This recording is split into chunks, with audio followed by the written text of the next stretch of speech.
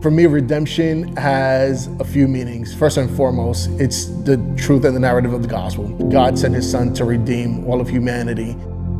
I try to use that narrative to guide all that we do. I'm planting a church in Red Hook, a neighborhood that most people in New York have given up on and have said it's not worth investing, it's not worth trying to help and redeem. And yet I hear the narrative of the gospel and I'm saying, no, like, this gospel has the power to transform brokenness, and it actually works best in the most broken and dark situations.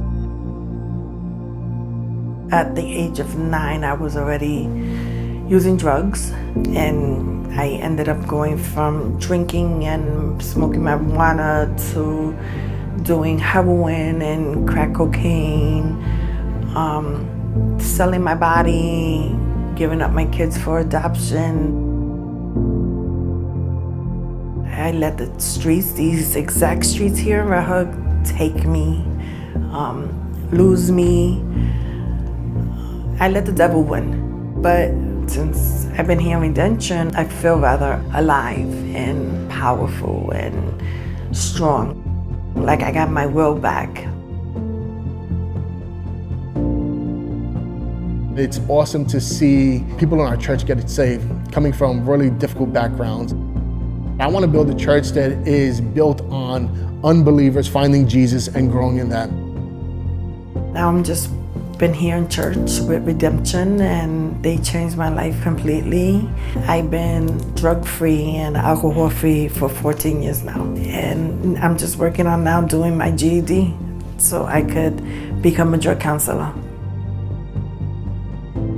Redemption to me means family.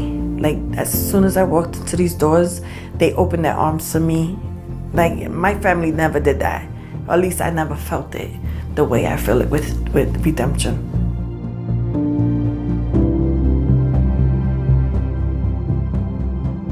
In a year's time, we went from about 6 families to about 40 people gathering with us. And that might not sound like a lot, but in New York City, planting a church from the ground up without transplants coming in for the most part and saying, we're doing this just out of discipleship, I think that's huge.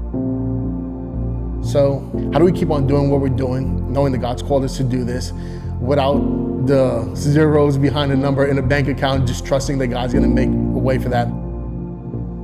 What I love is that he's done amazing work in meeting all of our needs and having great partners kind of come alongside of what we're doing. They get the reality of our context, that it's difficult.